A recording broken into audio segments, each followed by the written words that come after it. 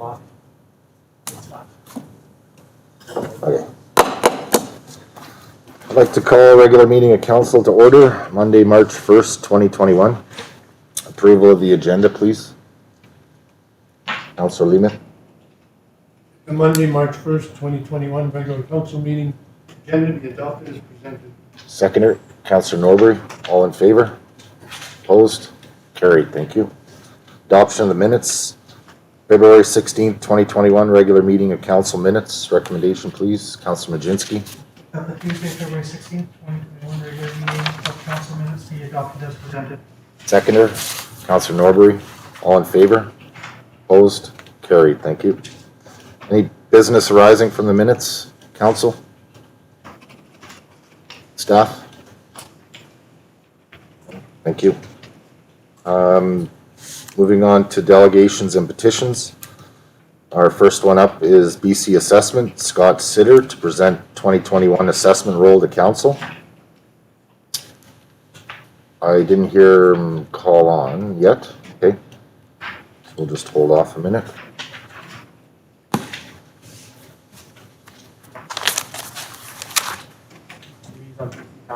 Yeah, it might be. Could be. Made that mistake.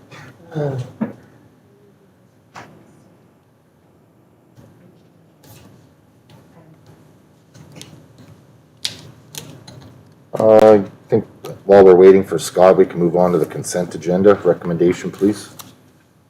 Councillor Norbury. That all items in the Monday, March 1st, 2021 consent agenda be moved for information. Seconder. Councillor Kirkowka. All in favor? Opposed? Great, thank you. Any items council would like to lift from the consent agenda? Councillor Norbury. 7.7, Your Worship. For discussion. Seconder. Councillor Kirkowka. All in favor? Opposed? Carried, thank you. Councillor Norbury. Thank you, Mayor Bertrand. We have correspondence here from BC Parks and Conservation outlining their correction to include the actual feature of hole in the wall in the hole in the wall park. I think we should be contacting Ms. Somerville and support their proposed change to the boundary line. So I have a motion to make. Make a motion that staff contact Andrea Somerville and support the proposed boundary to the hole in the wall park. Seconder. Councillor Kirkowka. Discussion. Councillor Majinski. With this addition to the park boundary, does that encompass the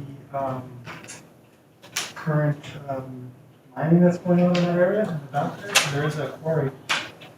I'm curious because that's. Yeah, I'm not familiar with where exactly that quarry is, but I'm not sure this time. All in favor? Opposed? Carried. Thank you. Any other items from the consent agenda?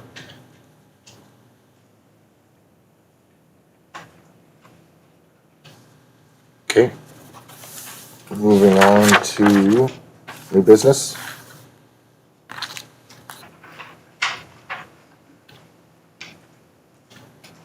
Have you heard from Mr. Sitter? Okay. 9.1, District of Tumbler Ridge Naming Rights Policy TR 53.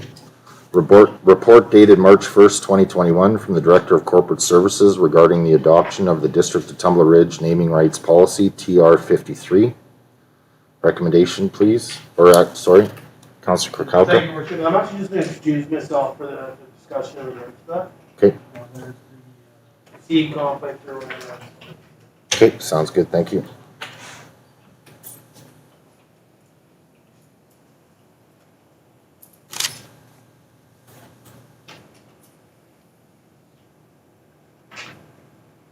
Recommendation, please. Councillor Majinski. Council adopts the District of Tumbler Ridge Naming Rights Policy TR 53 as presented. Seconder. Councillor Norbury. Discussion. I like the changes that staff made in this regard. I think it is clearly stated that each application will be coming to the council for approval. So if there is any unordinary requests or anything like that, or any circumstances, it will be a one-off type of situation, so I'm in support of this. And any other comments, questions? All in favor? Opposed? Carried. Thank you. Grab Councillor Kirkowka. That was my coffee, pretty well.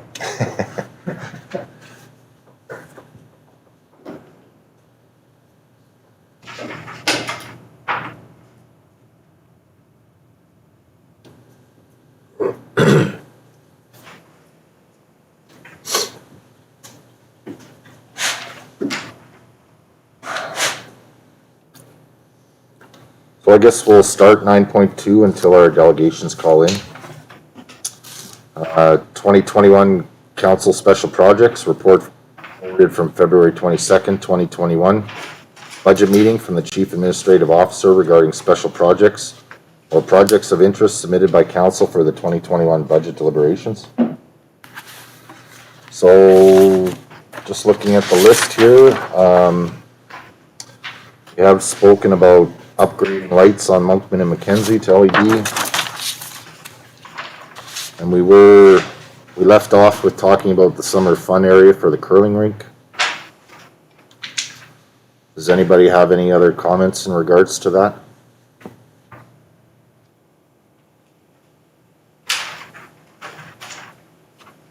Councillor Kirkowka. Yeah, thank you. So I see no cost added there from staff side, and I kind of get the concept of why, but instead of losing something like this off the table, I mean, this is somewhere where we could direct staff to reach out to other organizations.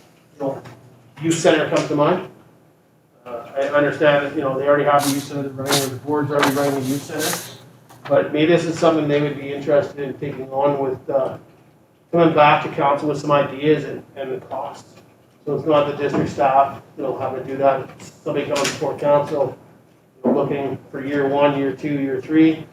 And then gives councils the insight to see if it's something we actually want to move forward with. I agree. I think it's that group is definitely important in getting their ideas and their opinions on what can be used for the curling rink. I agree. Councillor Norbury. Thank you, Mayor Bertrand. So having, you know, time to think about the summer fun area. I personally like to see a little more time put into this. And then I think it is a good idea to try and utilize the off season for the curling rink or the ice rink during off season, and these could potentially be great initiatives to do down there. My previous comments were like we don't really have any. I don't have any information to cite like these are the programs that are necessary. And I'm concerned about building it without any foresight. So I think we should be talking about this again. And this could be something the district does do, but I don't think at this point in time, without a little more direction to staff, what we're looking for. So, yeah, I think right now I would prefer this not to be in. But. Okay, thank you. Any other comments?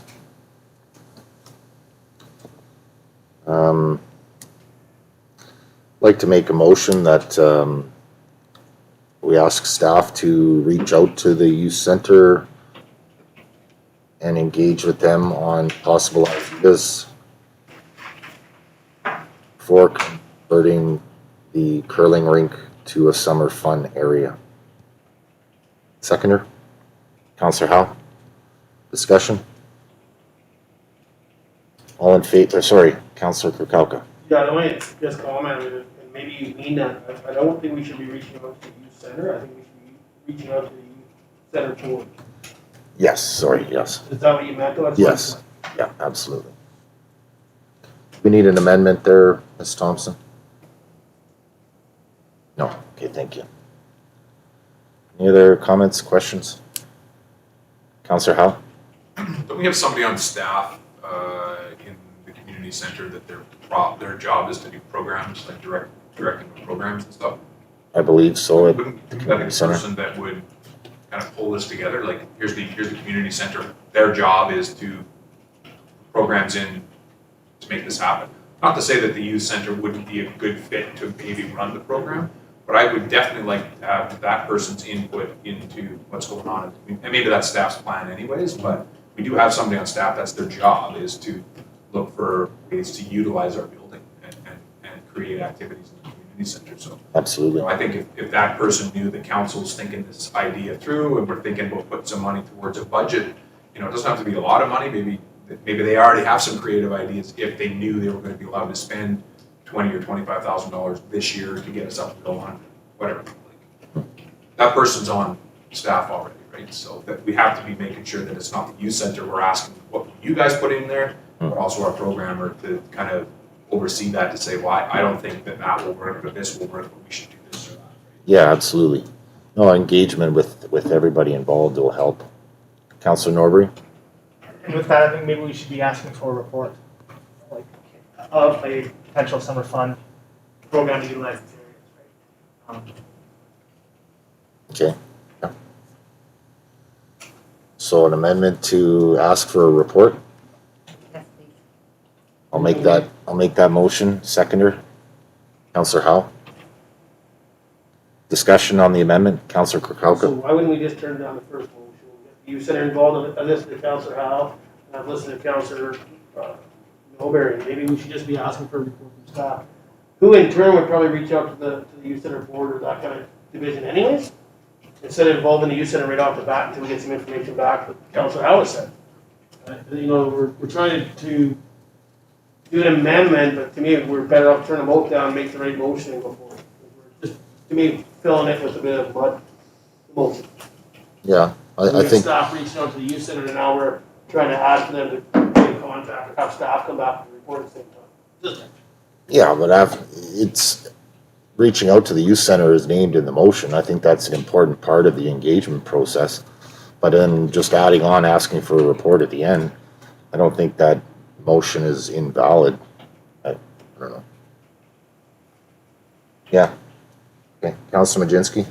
Yeah, because if we're going to incorporate the youth center here, my only concern is where are we going to store this stuff if it is going to go to and from the curling rink, as if another option would be to expand the youth center so that there's a permanent place for it all the time, and that could be maybe an option for staff to look into a report. So it's not just a single task of converting the curling rink into a summer fun area, but also other options. Like it might be a costly thing, but if we're looking at doing a expansion on the gym, and that's why I thought these two topics would have went hand in hand, is if we're going to do a purpose-built or an extension onto the community center for a gym, maybe this could be part of the youth center as well, or working in that area. Expansion, but Yeah, that certainly could be part of the report. It'd be interesting to see if the Youth Center Society would be interested in more space in that regard. But I think the real purpose of this, I think, is really to try and find alternative uses for that area in the off seasons. So, Councilor Majinski? yeah, and that's where the difficulty would be of when you tear stuff down. And say there is a golf simulator in there all summer, you'd probably get a lot more use in the winter and stuff like that, right? So you want to not be able to pull stuff away and put it into storage and not get used. And like maybe ping pong's popular this year and the next year's not as much, right? So it would be good to reach out to different staff and the youth center and see what the youth at this time would like to see, and maybe they do have ideas, maybe they'll offer virtual reality and would like to have their own space to do that in. Absolutely. Yep. Call the question on the amendment. All in favor? Opposed? Carried. Thank you. Any final comments on the amended motion? Councillor Howe? I support everything that we're talking about so far, but my only concern is that while we're doing this during the budget discussions, does staff have enough time to put something together? And I'm not looking for anything grand. If they just came back and said, yeah, we're going to do some couches and video game areas and a couple of ping pong tables on a small scale, do they have enough time to come back with a number for that, for us to insert in the budget to have it done in time for this year? Is there enough time to do what we're thinking? Ms. Thompson? Thank you, Mayor Bertrand, through council. Staff would have enough time to have a guesstimate. It wouldn't be a Pardon? firm cost, a hard cost, but it would be like, we can spend up to X, Okay. right? That's what we would be able to do. We wouldn't be able to give you hard costs. Okay, thank you. Okay. Call the question on the amended motion. All in favor? Opposed? Carried. Thank you.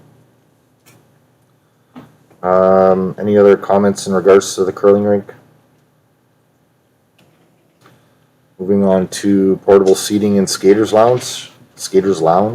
Councillor Howe, did you want to speak to this? Yeah, it's just something I've seen in other arenas and stuff that when the arenas aren't being used through the summertime and during the winter time, there's like an area around the concession where people can sit down and have a burger or whatever. We don't have that in our arena. We've got nowhere to sit down, right? Now, we do have tables and benches and chairs in there that we could possibly just yank those things out of storage and put them out there, and it would save us any money on doing this. But the idea on this is more of a solid, permanent structure that not permanent structure, but this just more solid so that they aren't getting tipped over. And when you put out the tables and chairs down there, I mean, they are of a portable nature and they're flimsier and they're not as robust for a year's worth of use. So maybe we would have something in there. I don't know. The storage of these becomes the issue if you had to move them out for events, which is very rare in the skaters lounge area anyways. But I just thought, something neat that I'd like to see in our arena for the Lions area down there where they make the hamburgers and that. So Okay. I was thinking about. Okay, thank you. Any other comments? I like the idea of the picnic style tables. It's a little different. Yeah, I absolutely agree. I think there needs to be a seating area down there. I'm definitely in support of this. Any other comments? Okay. Moving on to creation of accessible parking stalls in your weight room elevator. Councillor Hall? So again, this originally came to me from a member of our community that was having a hard time accessing the gym. Had some type of a workplace accident in a wheelchair, was trying to get in and out of the community center, and actually got himself stuck in the back access of our community center because the hallway access to the arena has a wheelchair accessible door that you push the button, you go in, but the second door was closed and he couldn't get through the second door and had issues getting turned around to get back out the other door. And then when I look at the use of the arena, that handicap parking that we have down by the arena never gets used, and I couldn't figure out why not. Very, very rarely do you ever see anybody in there.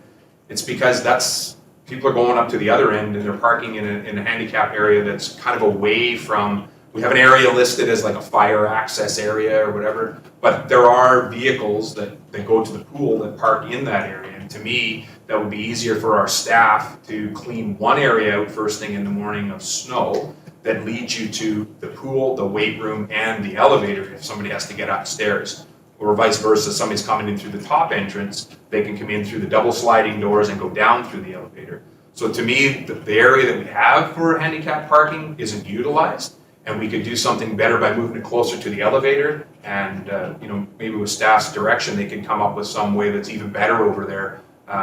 Over the years that it's just been blocked off and it says fire access or whatever over there. But, through our fire chief and whatever, how much access do they need from that area? Would a one handicap stall or two handicap stalls be in the way over there? I just think there's a better area for it than where we put it. And it would save us the cost of doing another automatic door that we don't have in the hallway of the hockey arena, right? So that's the thought on it. Councillor Nobre? Thank you, Mayor Bertrand. I'm hesitant to remove any handicap stalls by any entrances. Like there's handicap stalls in both areas, right? By that door, by the hockey entrance, as well as there is one a little bit away from that. By the garbage cans. Yeah. So I don't think we should be moving handicap spots in case it might not be used a lot, but it's still there for the option. I think we need to fix that handicap button for the door down there. Like it's meant to be handicap accessible. There's buttons. They're just the buttons don't work. And like that's that should be able to solve this problem.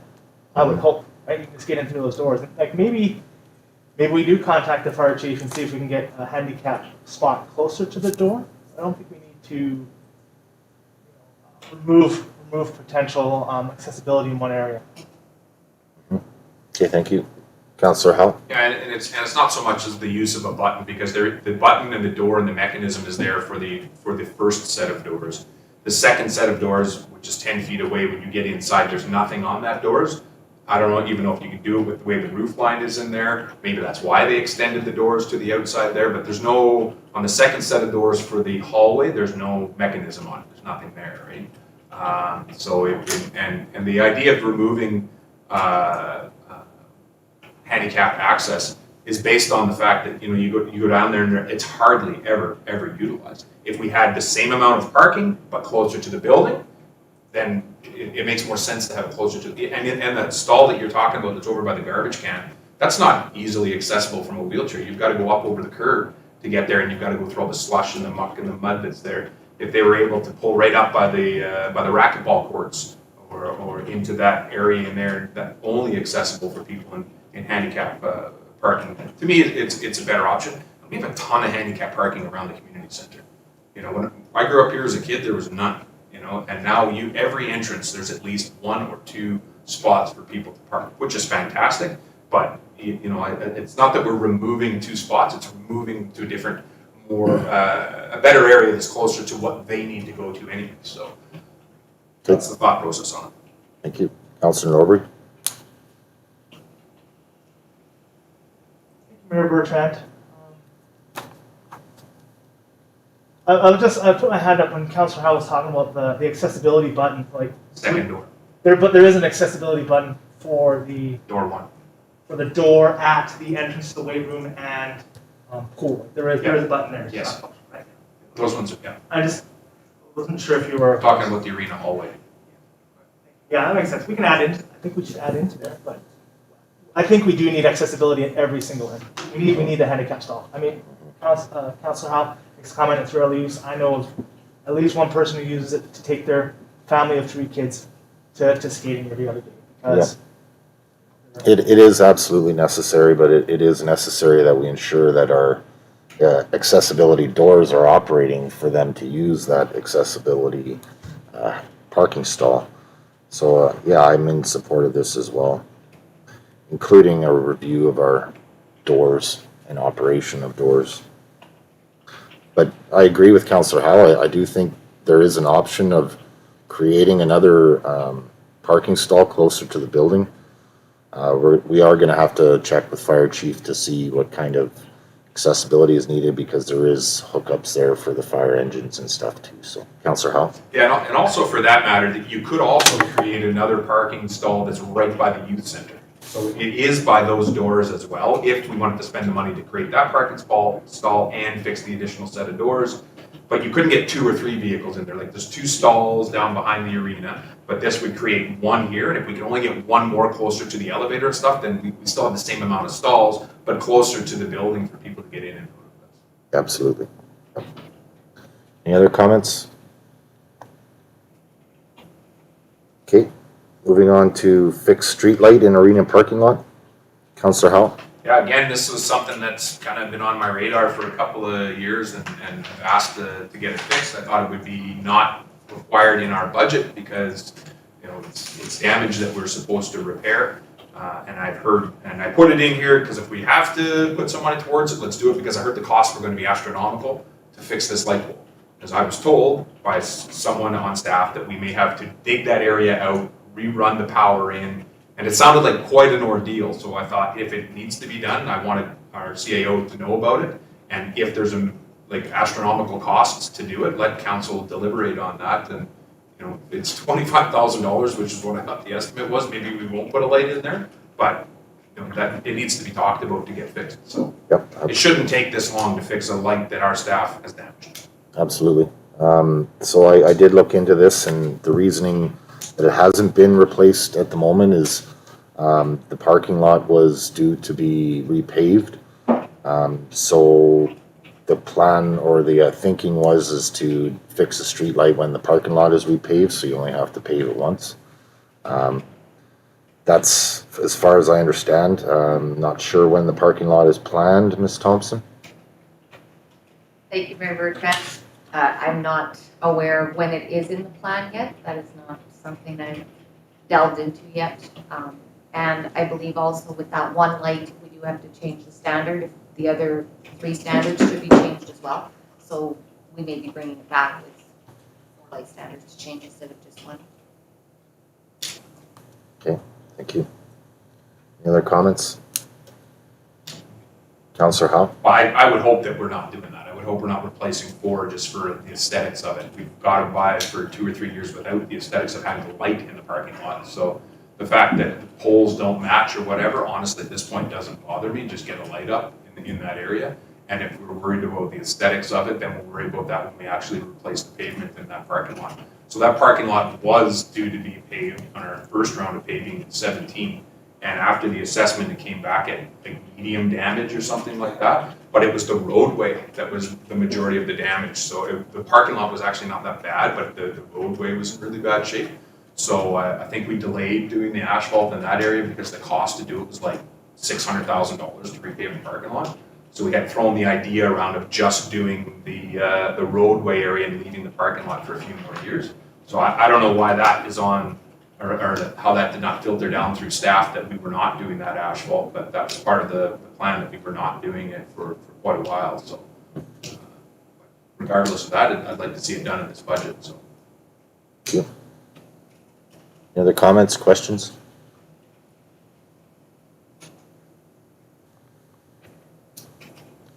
Councillor Kirkowka?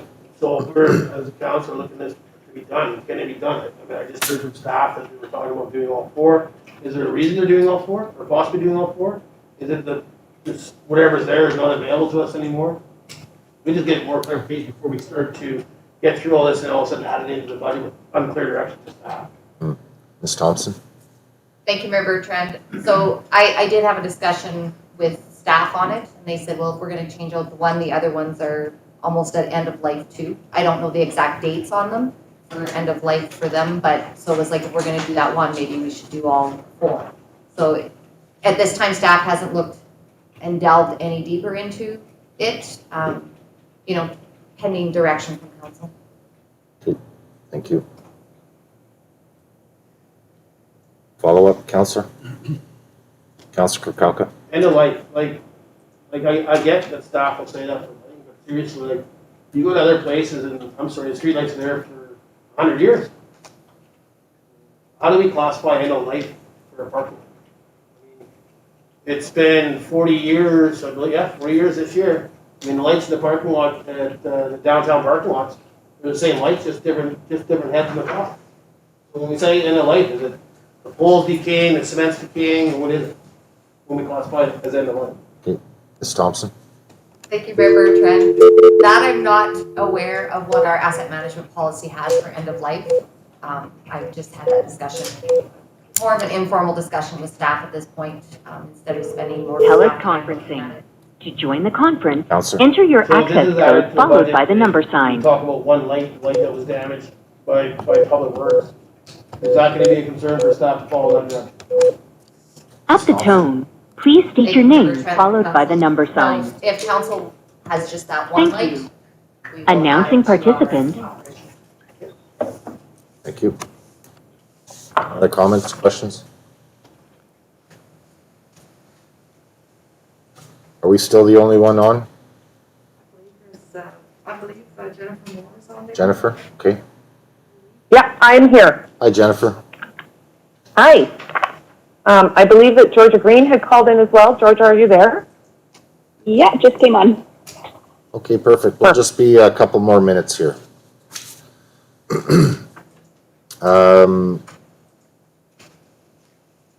Any other comments, questions in regards to the street light?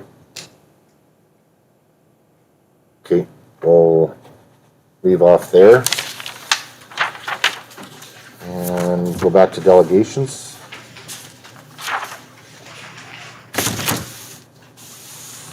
And just to double check, Scott Sitter, are you on the line? Okay. So we'll go to 6.2, the Spark Women's Leadership Conference. Ms. Jennifer Moore to present Spark Women's Leadership Conference Program and offering for May 2021. Welcome, Jennifer. Thank you for the invitation and the opportunity to present with you today. Georgia Green has joined me. Georgia is the chair of the board. So she's settling into her new role as the chair quite nice. So we'll dive right in.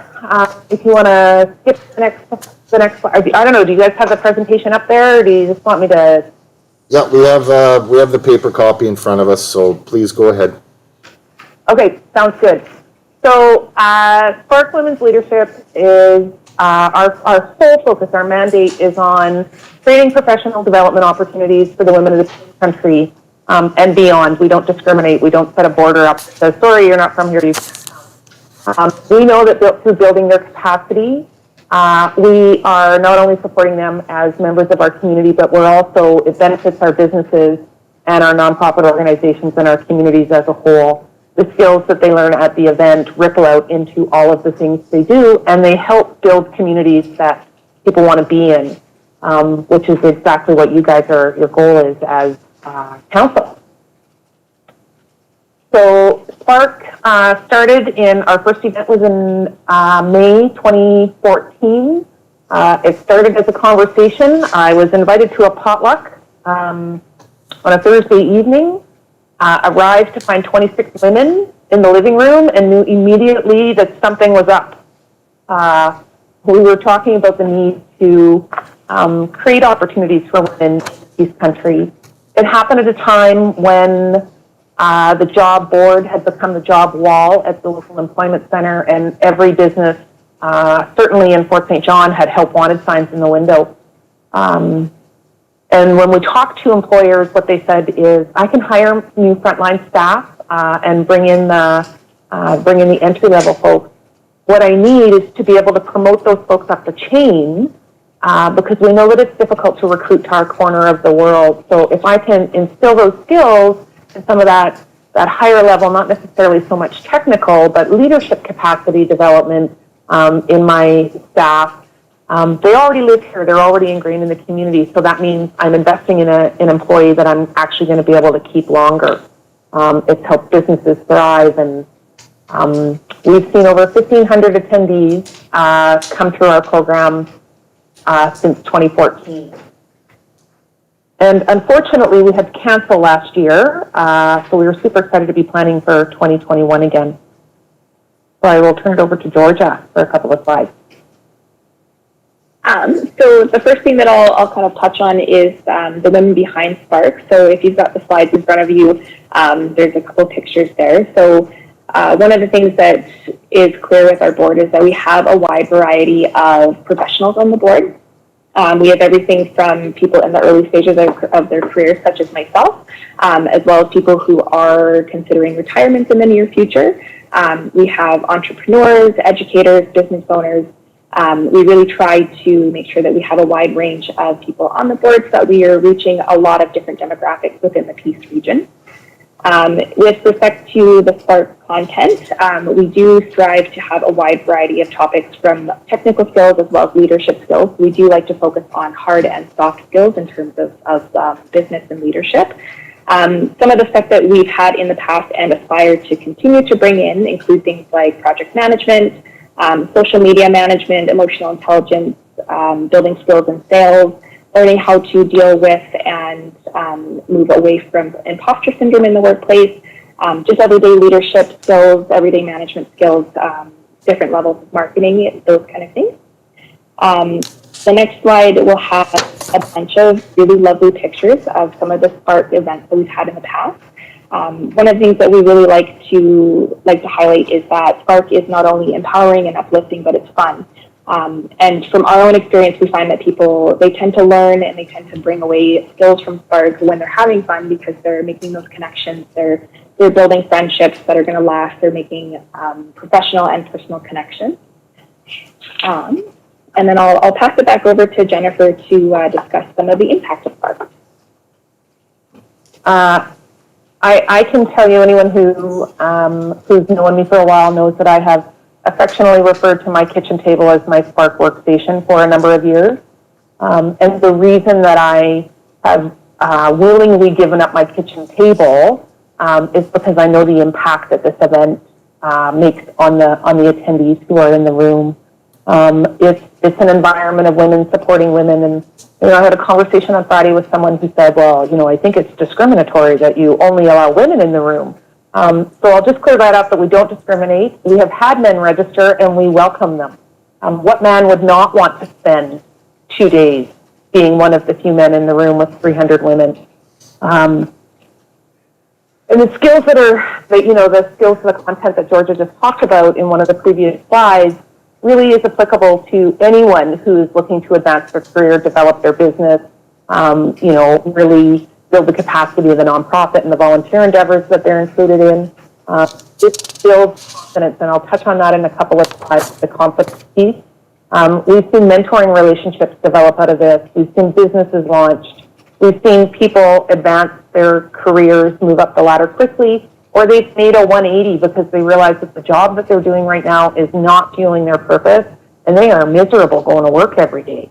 And nobody wants to spend their days like that. So we've seen 180s in shifts and watched those people blossom once they got into a position that really allowed them to fuel their purpose.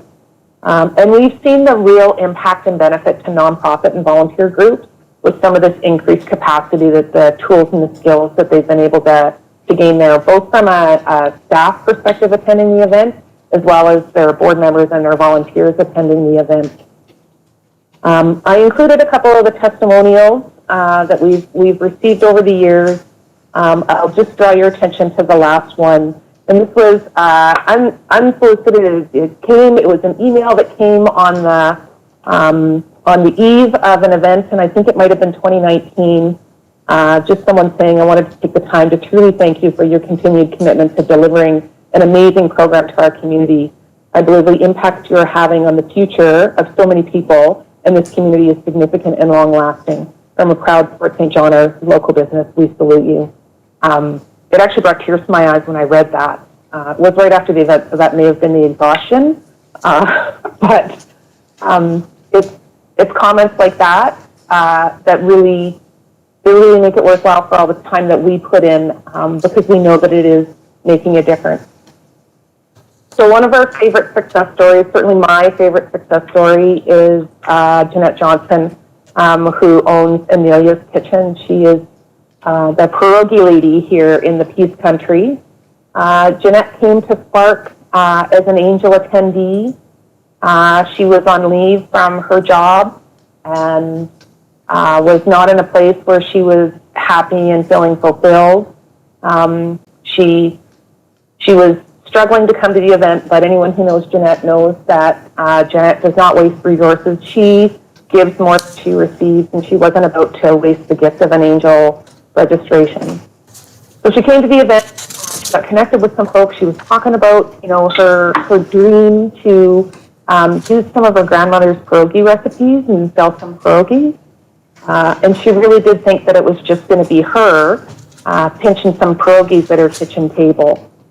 Well, I can tell you that today Jeanette has moved 5 times and has just moved in recently into her current location in Fort St. John. She's had to move because she keeps outgrowing her space. She has 8 employees today, and she's looking to hire 3 more. One of those employees will be a client of the local Association of Community Living, who can help with kitchen cleanup. And Jeanette personifies what we are trying to do with Spark. She's launched a business, she's created jobs, and she's given back to her community. So I recently had a visit with her, and I can tell you that it's not often that Jeanette gives, because she says to me, every time something good happens with my business, Jennifer, the first person I want to call is you, because none of it would have been possible without Spark. So I will turn it back over to Georgia to talk about 2021.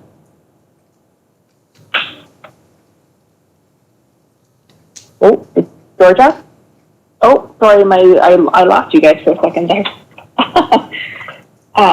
So to talk a little bit about our 2021, as Jennifer mentioned, we did have to cancel our 2020 year, which was a very sad decision for us to make.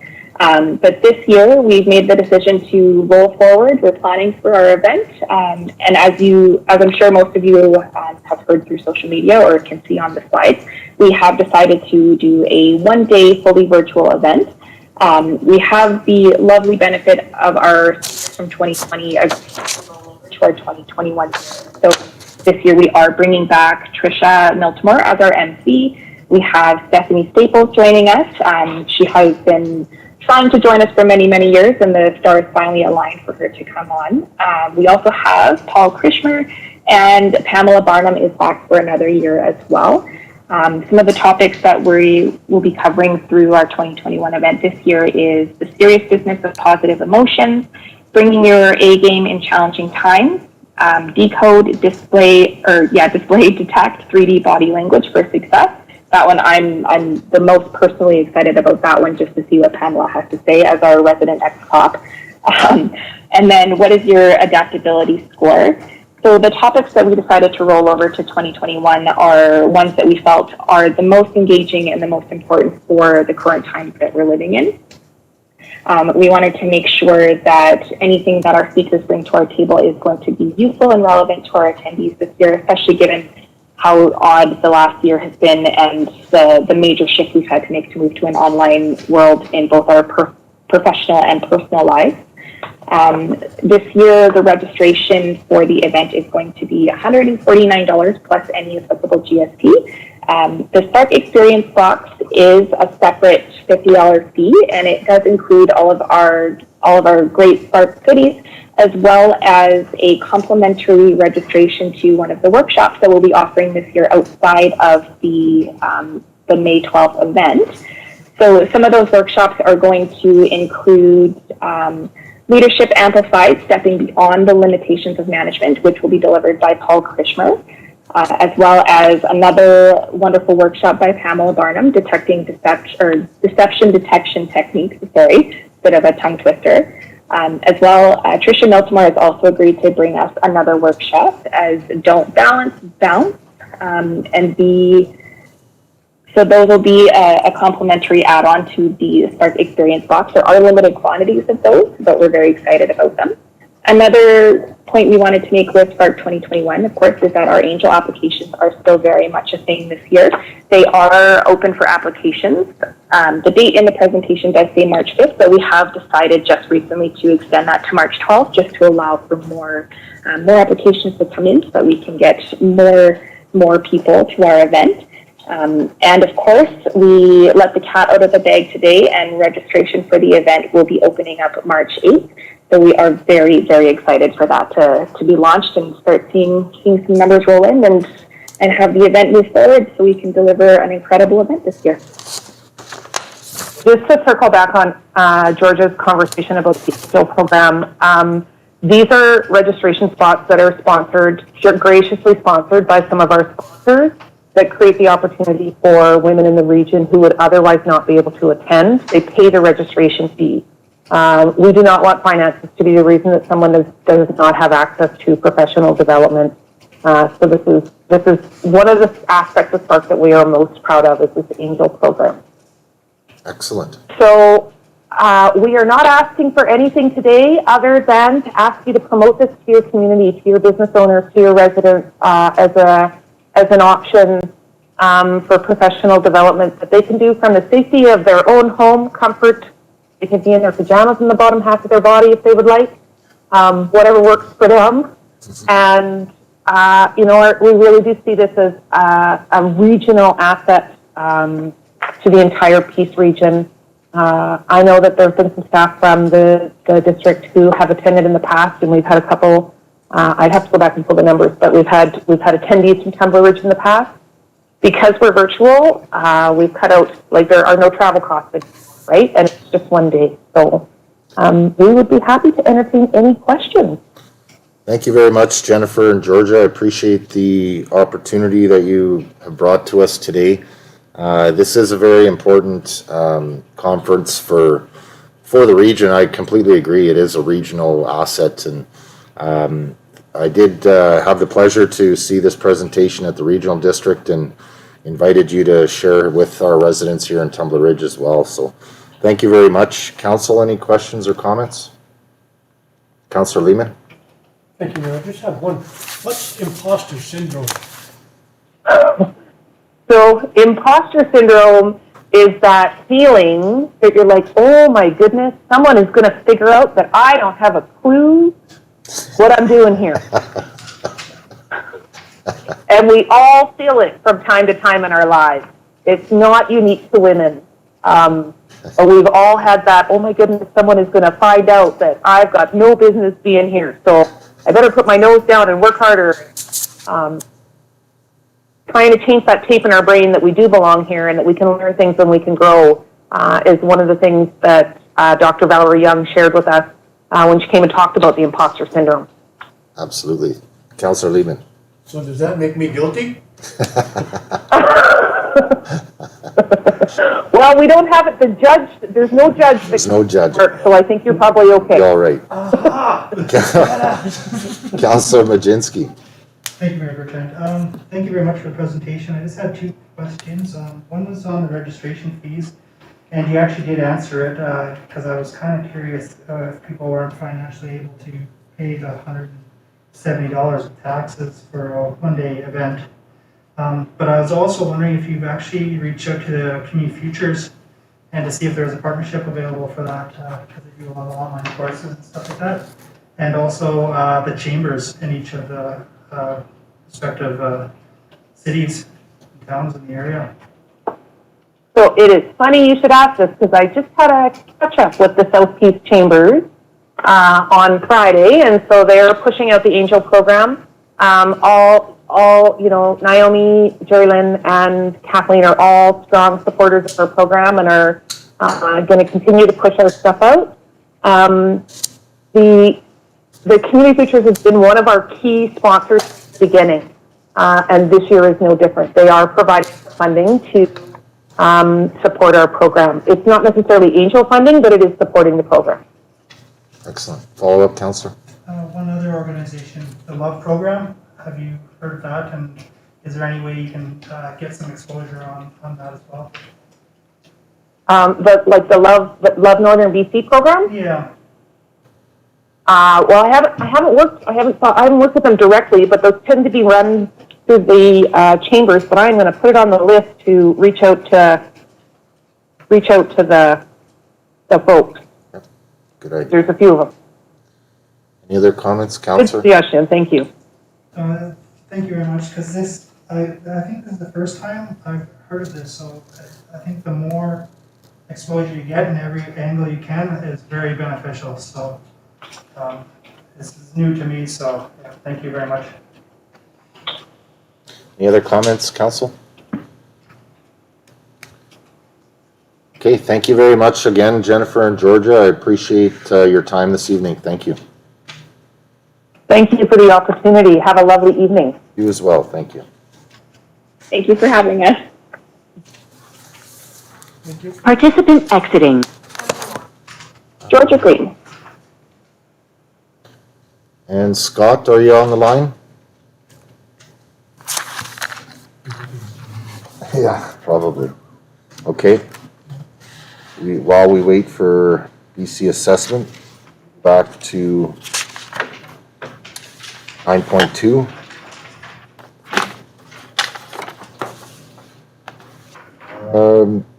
Cogeneration feasibility study. Councillor Howe? That's just ask the staff for a cost on looking at some way that we can partner with renewable energy companies, start reaching out to them, and First Nation partners that are at some point hopefully moving to the area for a cogeneration plant in Tumbler Ridge, in particular to burn wood waste from logging operations or domestic garbage. To look and find a consulting company to help us with this process. And the whole idea behind this is to create new jobs in Tumbler Ridge. And it's a lofty goal, I understand that, it's a pie in the sky for me, but I imagine for everyone on council. But we don't start it at some point, maybe we start it now and we see this thing through 5-6 years down the road. 5-6 years down the road, if we could have some type of a cogen plant in town that's producing electricity in conjunction with wind or something along those lines, create a whole nother revenue stream for the community and a whole new bunch of employment for people as well. So it's the idea to look into a feasibility study. Is there a consultant out there we can hire to do that? Okay. Councilor Majinski? Thank you, Member Trent. This question's kind of more tailored towards you. Has the Peace River Regional District looked into this for the whole region, or if they've even kind of pinpointed to each community, if it's even a possibility? Yeah, they have been looking into the cogeneration possibility. They did acquire a consultant to look at the feasibility of it. For our 65,000 residents in the Peace region, they concluded that the cogeneration plant would not, the population would not create enough garbage to make a cogeneration feasible. So then we got another presentation from a new technology of incinerator. It hasn't been built yet, but they're looking to build a prototype. The regional district was a little hesitant on that, just because it wasn't proven technology, but the process and the equipment and the added temperature was pretty sound, and it created a lot less ash. So I do like this idea of looking into this idea. I'm not sure if cogeneration is really going to be feasible enough, but incinerator ideas is certainly an option, and I know the regional district has a few reports on this, so I'd be definitely interested in seeing a report from staff come back on what the work that has been done, and see where we want to go with this. Logging operations, I don't believe we create enough waste in our community forest, 40,000 cubic meters to make it feasible, but there is possibility of maybe creating a partnership with the First Nations to bring some of that waste to Tumbler Ridge. Councillor Majinski? And this brings up an interesting thing. We're looking at doing fire mitigation in Tumbler Ridge and all over the north, because look what happened in Fort McMurray. Got struck through there. So if we had a lot of undergrowth that needs to be burned up, and we're just talking about one ridge within the community. If we did this all through the piece, there'd be enough wood on the ground floor to burn up instead of, but that'd be a whole other workforce, not just the cogen, that would be another industry of just cleaning up ground, not logging it. Yeah. Councillor Norbury? Thank you, Mayor Bertrand. Before we task our staff with this or hire an outside consultant, I would like to see PRRD's reports. Councillor Majinski makes a comment about the fire mitigation.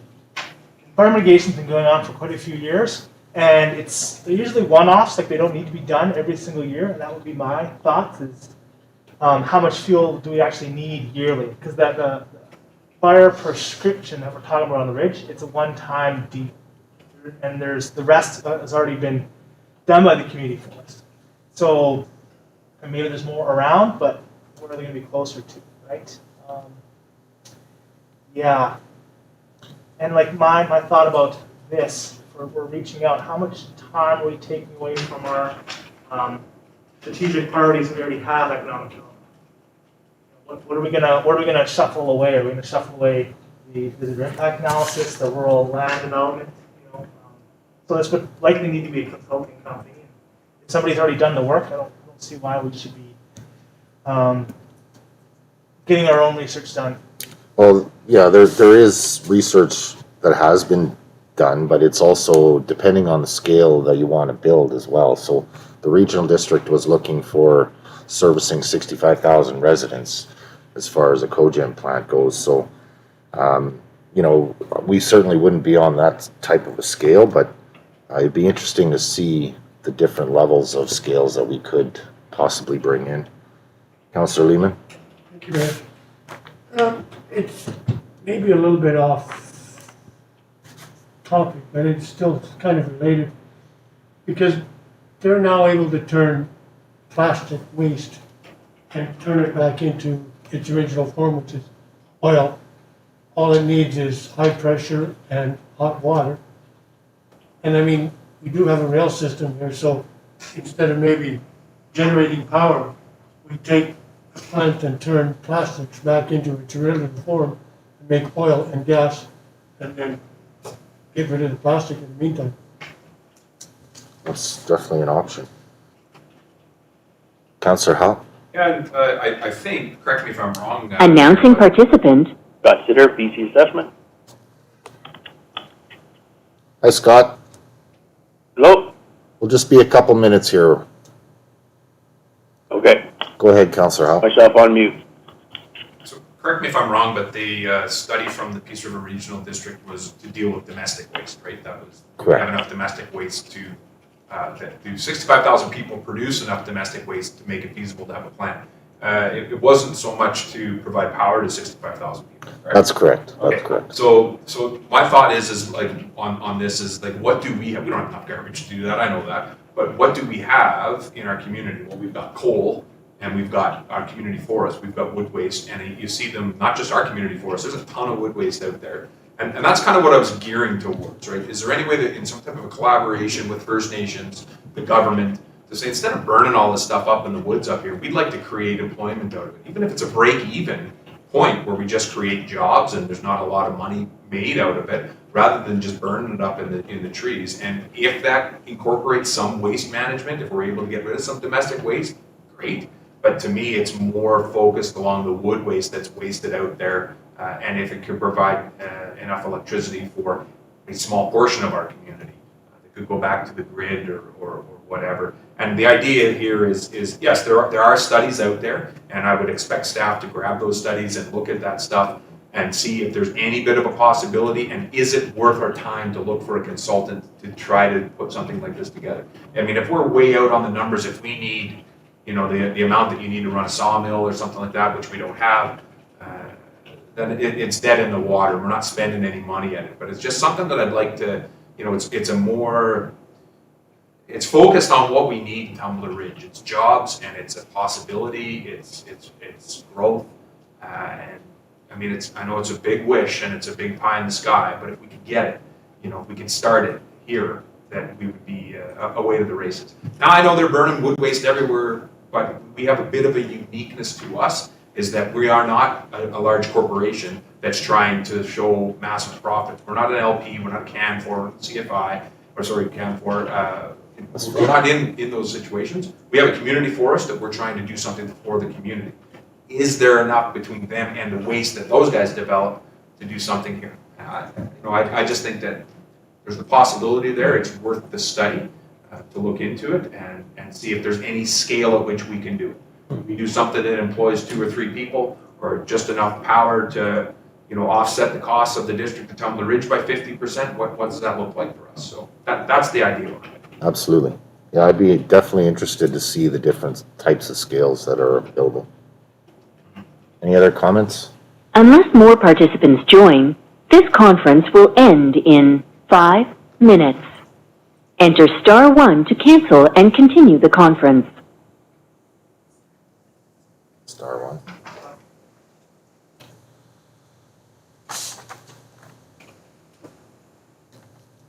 Councillor Norbury. Can we get a guesstimation from staff on what this potential feasibility will cost them? Yeah, good question.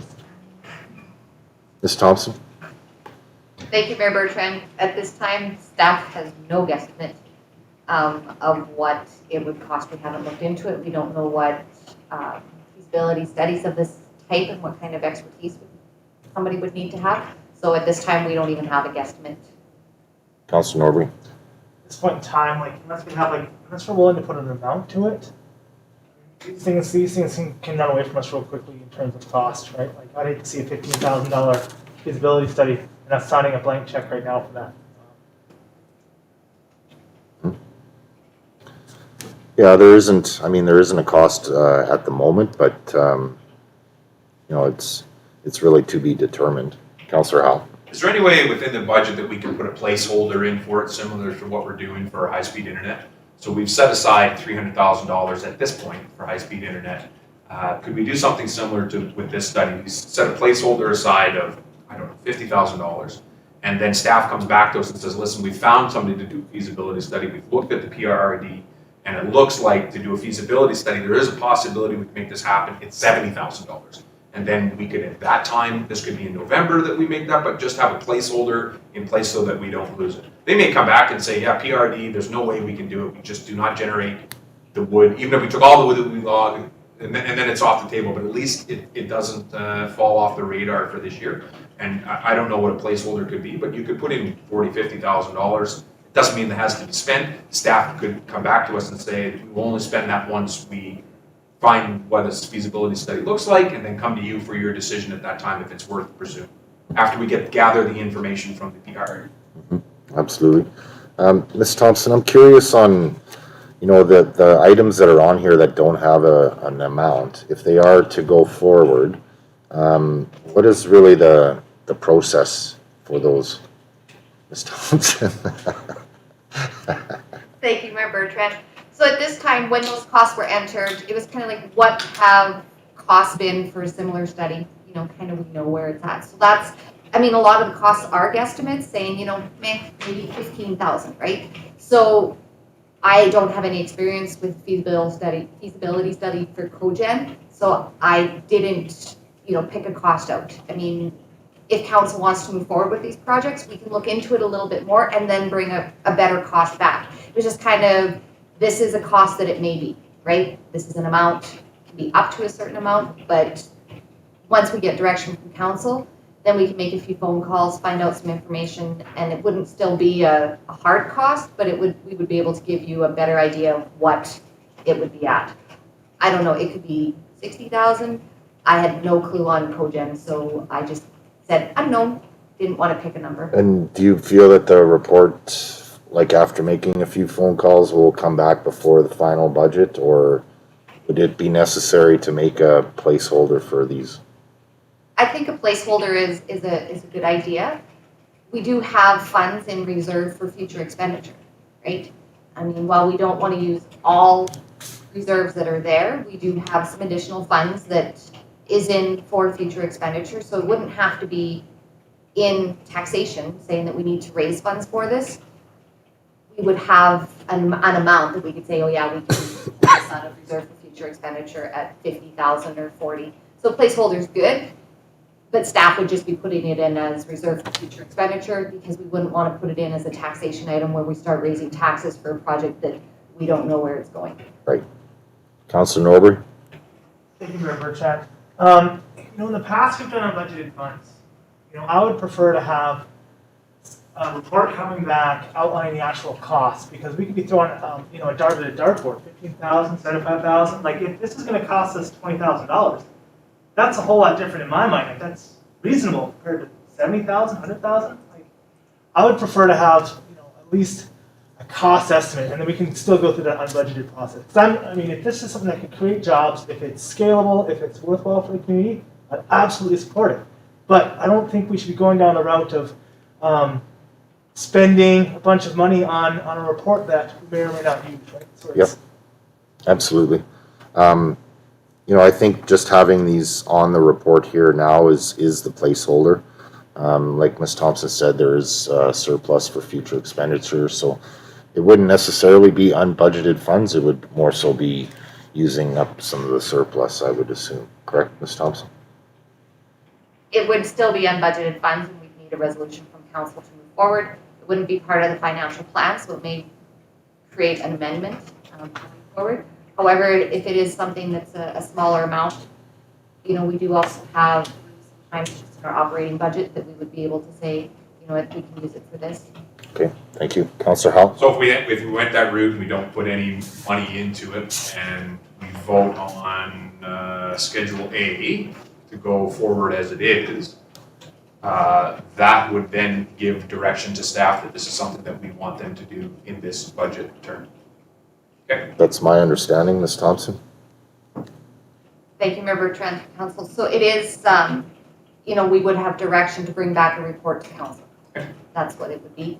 You can leave it in and put a dollar amount on it. And when we do bring our final capital and special projects report back to Council, it would show 50,000, if that's what the amount is, and it would show it would be coming out of reserve for future expenditure.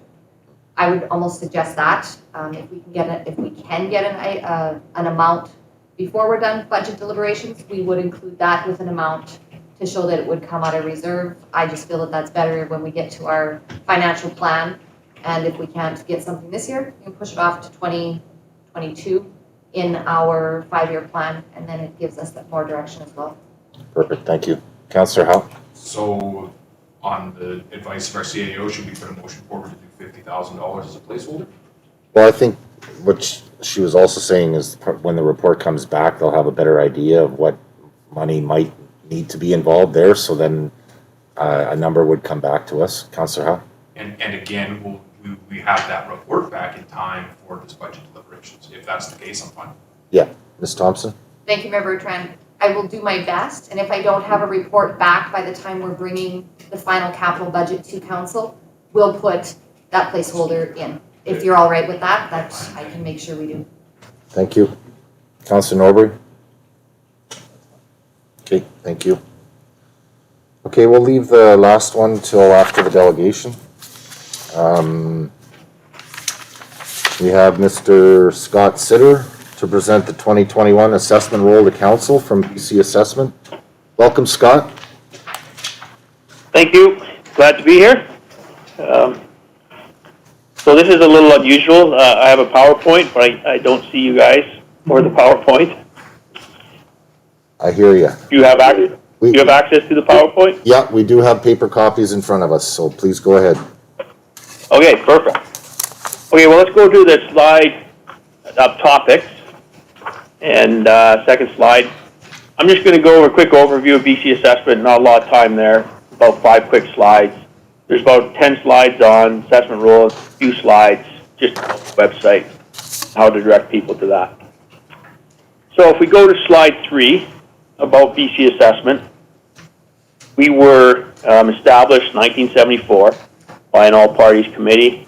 The whole goal there was to provide an independent organization for the assessment side of the taxes, of property taxes. So that was basically done in 1974. I think we're the second longest standing crown in BC right now. If we go to slide 3, this is basically what we produce, or slide 4, sorry. We produce ownership, assessment roll that has ownership, valuation, classification, and any exemptions on every property in the province. So our role is essentially the distribution of the tax burden through the ad valorem system. Let's go to slide 5. There's 2 types. There's essentially, you could break all the properties into 2 types, generic types: market value properties versus non-market value properties.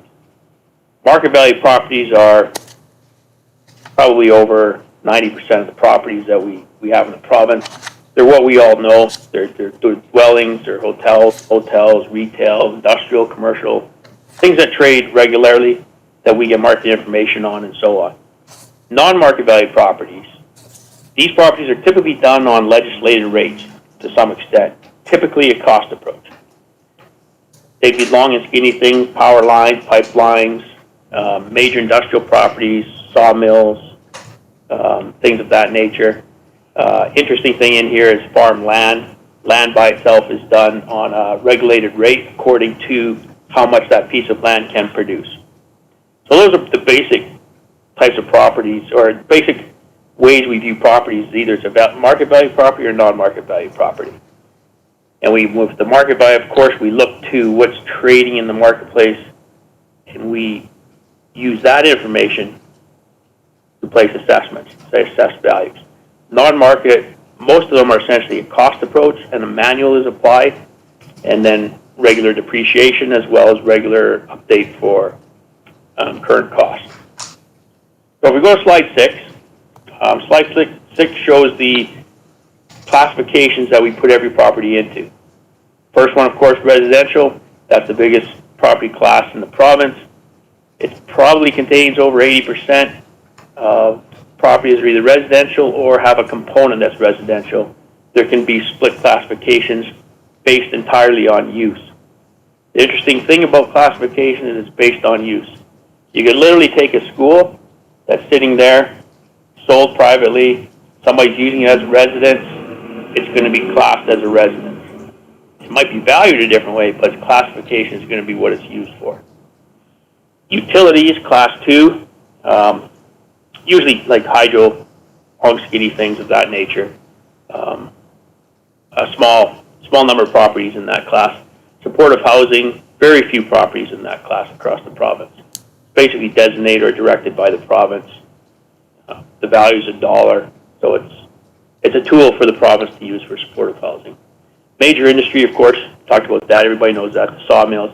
The way you get into major industry class is if you're one of the designated types of property and you meet a certain threshold. So there'll be a board feet required in order for a mill to get in there. Anything that production-wise that doesn't get into major industry would be in light industry. So light industry is a very small classification of properties. It's not the warehouses that we think of like a light industrial park. It's basically production and some transport distribution, but it's basically production properties that do not meet the major industrial classification. Class 6 is a catch-all class. Business and other, it's what we assume the downtown, most properties in the downtown would be. It basically captures everything that doesn't fall into one of these other classifications. Managed forest land, of course, very small number of properties, not usually in the rural. Recreational nonprofit is, the recreational side of this is large tracts of land generally used for public use. It's not what you think of like a cabin on the lake or anything like that. Those would be class residential. Nonprofit are things like churches and so on. So you see some of those in this class. And farmland is straightforward. Farmland is something that you have to meet an income requirement, and then you get you essentially get a land rate that's done at farm regulation rates. And if you see a property in farm class, it's a good chance it's about 10% of what the market value is, depending on the area that you're in.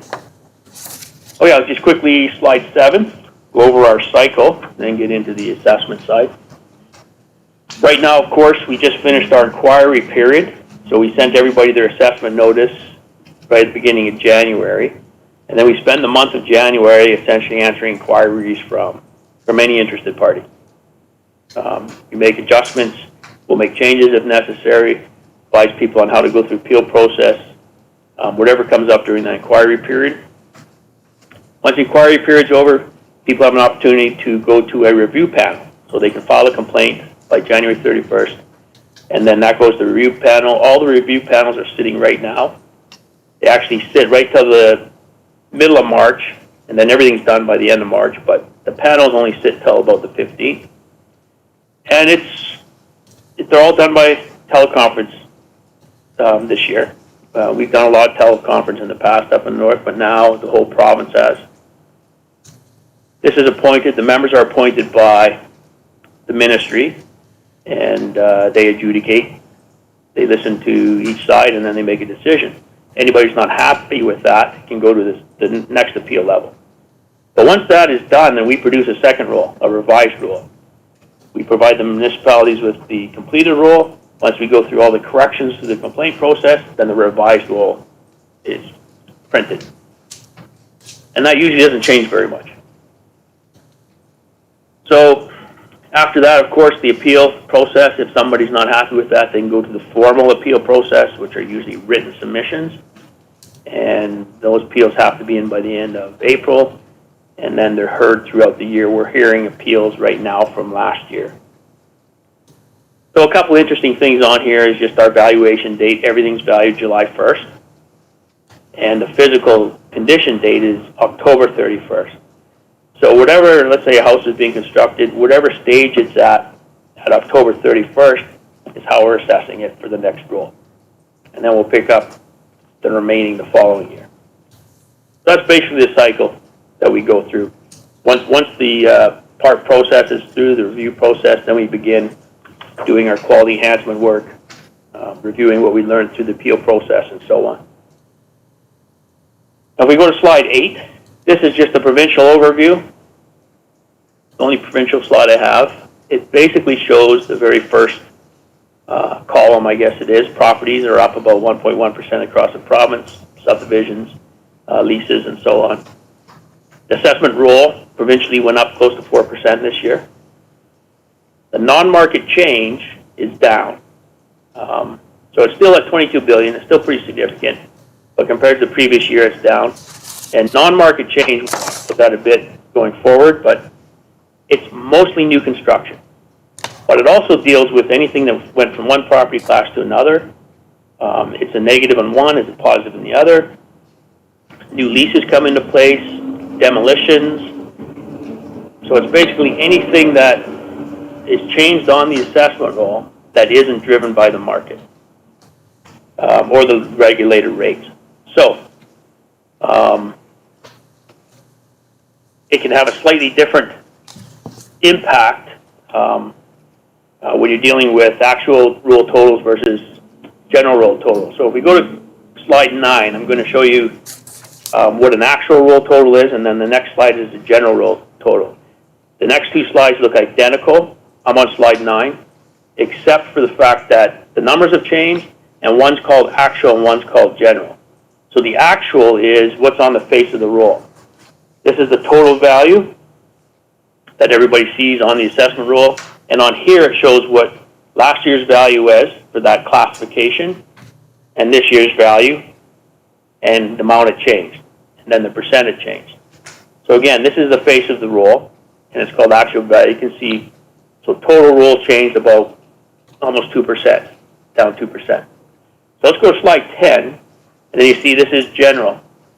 So the difference here is, this is after exemptions are removed. So this is what your finance department would be looking at. This is the values that tax rates would be applied against versus the previous one, which has all the exempt properties and assessments in it as well. So I'll touch a little more on some of these, but you can see all the changes for each of the property class. The next slide is very busy. Let's go to slide 11. And just bear with me on this one. But there's 3 columns here on the far right that all we're going to look at. And what this is it shows all the very first column shows all the classifications and sub-classifications of residential at the top. But again, the change is made up of, that's on the assessment roll, is made up of new construction, those types of changes, non-market change, and market change. So with those 3 arrows, the first arrow is non-market change. So any new construction, demolitions, property class changes, shifts, so on. So you can see the percent. So if we look at the box that's highlighted in red, the residential, non-market change, almost 1% increase in the community. If you look at change due to market overall, just for residential, it's about 1%. But just on the residential side, there's about a 2% change. And that's how that's made up. If we look on the, let's pick one here, but it probably would raise a questions, like the light industrial went down significantly. There was a pipeline that applied for foreclosure, or applied for suspension. But what happens there is, if that pipeline hasn't been used, it will drop down to 10% of its assessed value, and I think that was about a 50-kilometer section, I believe. So that's why that changed. The rest you can see in there, the percentage that each one of these have changed. Usually the second largest class is business for most communities, and most things have changed slightly. I noticed on here that some vacant land, the smaller manufactured home zoned land, I think went down quite a bit versus the rest of the vacant land. So if we go to slide 12, we can see this is a comparison of your net general over the last few years. You can see since, subsequent to the mine closures, you can see where the roll has trended for the last few years. Fairly modest declines once you get into 2017, 2018. That's just to give you an overall illustration of that. We go to slide 13. Scott, can I interrupt you for a moment? I need a motion to continue the delegation, please. Sorry, sure. Could you repeat that? Yeah, just hold on a second. Sorry to interrupt. I just need a motion to continue the delegation after 15 minutes, Council. Oh, okay. Councillor Howell? Yeah, just before we make the motion there, I just think that we need to make sure we let these people know that we normally do 15 minutes as well, right? I mean, was you only got 15 minutes? Then they hammer it out. Yeah, I believe it's in the delegation request form. Just as they call in though, like it's Yep. a little different, we could let them know we got 15 minutes. We don't ever do that. We don't ever tell anybody they got 15 minutes. But. Yeah. Make a motion to continue the delegation. Seconder? Councillor Majinski? Any discussion? All in favor? Opposed? Carried. Thank you. Go ahead, Scott. Okay, I'll move it along quick. Just a visual here of the sales that we keep track of. We track MLS sales and we track all private sales as well. You can just see the difference on here. About 23 sales, I think, this year. This slide here shows just a comparison of number of units sold in the light blue bar. I'm on slide 14 now, compared to the average sale price in the line graph. The distribution of taxes, I'll just go through this very quick. Every year we look at the market, and we also look at non-market change, and we also do our quality enhancement work. So there's always a variation in the number of properties that move in different amounts. So you always see this type of distribution. What this is showing is within these ranges, how many properties change by each one of those amounts, or change within that range, right? So there's always a variation.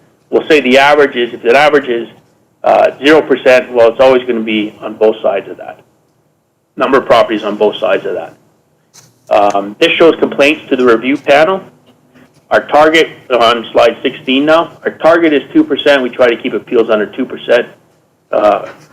Generally, residential is around 1%, and commercial properties can be up to 5-6% sometimes. Slide 17 just gives you an illustration of average assessed values, median assessed values across the region. And then if you go to slide 18, gives you a few examples from across the province, just to see how things have changed, relatively speaking. And then slide 19 is just our website. Slide 20 shows that you can go on the website, you can look at maps, and you can see the percent changes for the different property types. Next slide shows point grade at the top. This just illustrates what type of information you can see on each property. Year built, description, size, and so on, right? You can look up pretty much any property. You may not have photographs, but you can at least look up this information on a property. Next page just shows you can see the map as well, where the property is. Then you can click on neighboring properties or a sample of sold properties, and it will give you whatever the algorithm comes up with, depending on the volume of sales, depending on how good the comparables are that it provides. And then that was it. At the very end, there's a contact sheet if anybody needs to contact one of the managers or myself. The information is there for you. And that was it. So if there are any questions, I guess I've taken my time up, but I'm open for that. Appreciate your time tonight, Scott. Thank you very much for your presentation. It's very useful and excellent information. This is, I thought this was an important presentation for us to, right in the middle of budget here, to really get a handle on and understand what all of our classes have changed.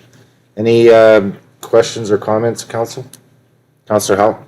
Hi, Scott. How long can a property be placed in care and maintenance? We have two ex-operating coal mines in Tumbler Ridge, particularly Quintet and Peace River Coal, that are both placed in care and maintenance. And we lose 90% of the taxes that we used to collect from those two locations. are they indefinitely allowed to be in care and maintenance? For our assessment purposes, they will. They're assessed at a particular percent of their original rate, and it will just remain there until things start being removed, and then it will even decrease. Okay, thank you. There's nothing from our end to change that. Okay, thank you. Any other comments, questions? So you were saying, Scott, the light industrial took the biggest hit because of a pipeline suspension? I believe that's what it was. It was, I had a note from one of the appraisers that a 50-kilometer section was put into suspension. If property isn't used, if pipelines aren't used for a year, from the end of October, going back a year, then they also drop, just like mine, to 10% of their regulated rate. Okay, thank you. Any other questions, comments? Okay, thank you very much for your time tonight, Scott. I appreciate the information. Trouble, greatly appreciated. If there's anything else, give us a call. We can do any other presentations. Certainly, thank you very much. Okay, I'm going to sign off now. Good night. Good night. Participant exiting. Scott Sitter, BC Assessment. Okay, getting back to 9.2. Last one on the list here, increased job creation efforts for Tumbler Ridge. Councillor Howell. I'd like to put a motion forward that we remove increased job creation efforts for Tumbler Ridge from the Schedule A. Seconder.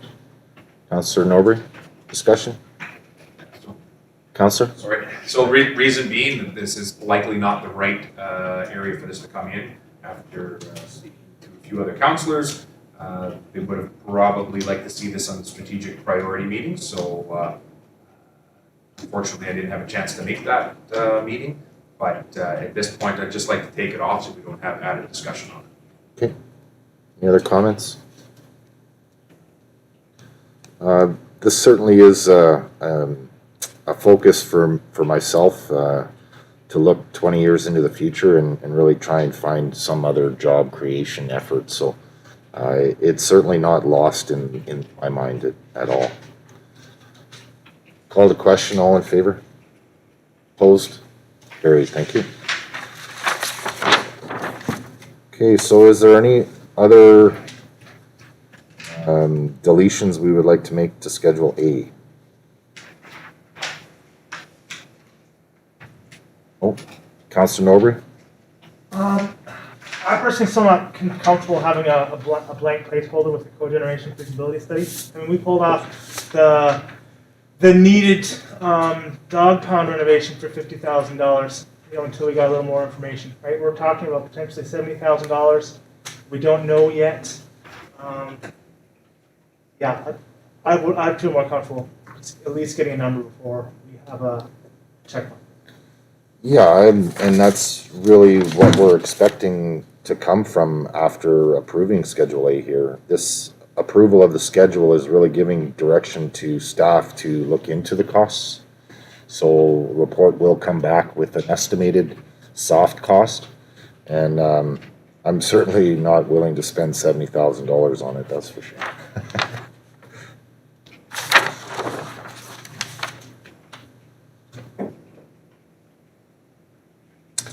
Okay, so I will move that Council Special Project Schedule A be approved as submitted or presented, I guess. Seconder, Councillor Howe. Discussion, Councillor Howe. Is it as presented or is it as amended? As- Because we've taken some of it. Yeah, amended, sorry, my apologies. So Councillor Howe, being the seconder, are you okay with that? Yeah. Motion being changed to amended, thank you. Discussion on the motion. Councillor Howe. Okay, can we just have a review of what things are off? I only know one that I can think of right now, but Ms. Thompson? Thank you, Mayor Bertrand, Council. So I have item number 2, which is lighting of existing trails. That has been removed. Conversion of meeting rooms to offices has been removed. And then increase job creation efforts for companies.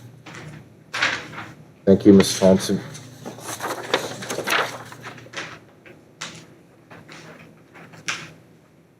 Any other comments, questions? All in favor? Opposed? Carried, thank you. All right, 9.3, schedule of meetings. Sorry, pardon me? Oh, sorry.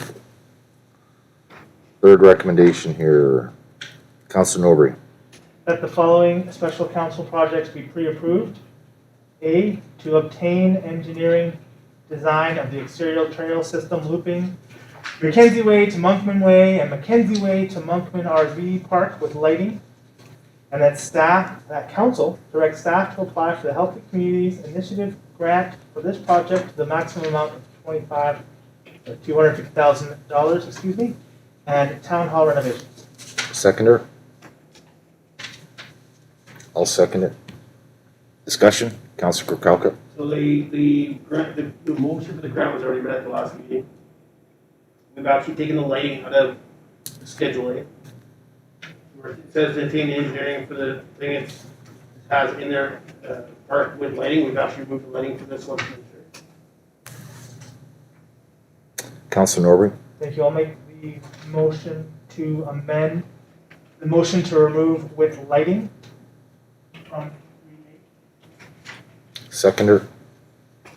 Councilor Majinski. Discussion on the amendment. Councilor Howe. Okay, try not to muddy the waters here, so we did approve in Schedule A previously to this, like 5 minutes, that we are going to look at the lighting for the backside of the existing trails, though, did we not? We are gonna write a letter to BC Hydro to ask for them to do that. Ms. Thompson. Thank you, Member Trent. So that item is still on there for BC Hydro. This was in the top with the extension of the trails. This was on the top of those. So the BC Hydro item is still on the list. And I do apologize if there's some confusion on this. We took the same report that we hadn't finished and just brought it forward to this meeting. Okay, thank you. Any other comments on the amendment? All in favor of the amendment? Opposed? Carried, thank you. Discussion on the amended motion? All in favor? Opposed? Carried, thank you. Okay, 9.3, schedule of meetings. So the only issue I have is scheduling the CAO evaluation. I'd sent an email out to everybody with the new evaluation sheet. And I'm just wondering if March 26th works for everyone. Final presentation for CAO evaluation. And so first draft, I'm assuming everyone, or we would like to put together a conglomerate with all of our input and averages. So if I could get the first draft in by the 15th, that'll give me that week to get it back to everybody for approval for the 26th. So is 26 okay with everybody? Morning? Daytime? Councilor Majinski? Yeah, I was just gonna ask the time when we were gonna do this, if it was in the afternoon or regular scheduled 5 p.m. meeting. Councilor Norbury? Afternoon or evening works much better. Sorry? Afternoon or evening would be better. I'm not available in the morning. Okay. 1 o'clock. 1 o'clock work for everyone? And we want to do the round table style like we did before? Okay. Thank you very much. Any other issues with schedule of meetings? Okay, notice of motions. Any notice of motions this evening?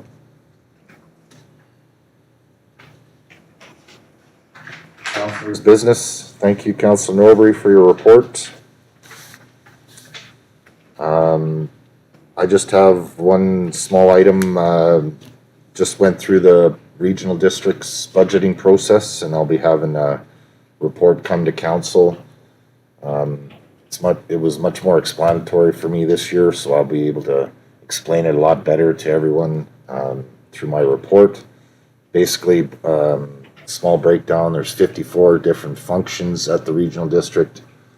District pays into, I believe, 9 out of the 54, so it'll be broken down. The numbers that are on there are estimates though, because of course we haven't got the final roll yet, so they are still in draft form as far as the numbers go. Any other councilors' business? Okay. Question and answer period. Ms. Thompson, did you receive any questions?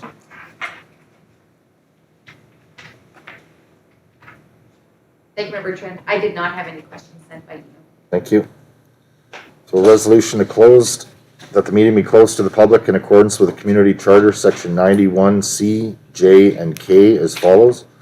C is labor relations or other employee relations. J is information that is prohibited, or information that if were presented in a document would be prohibited from disclosure under Section 21 of the Freedom of Information and Protection of Privacy Act. And K is negotiations and related discussions respecting the proposal provision of a municipal service that are at their preliminary stages, and that, in the view of the council, could reasonably be expected to harm the interests of the municipality if they were held in public. Seconder, Councillor Lehman. All in favor? Opposed? Carried. Thank you. 10-minute recess, please.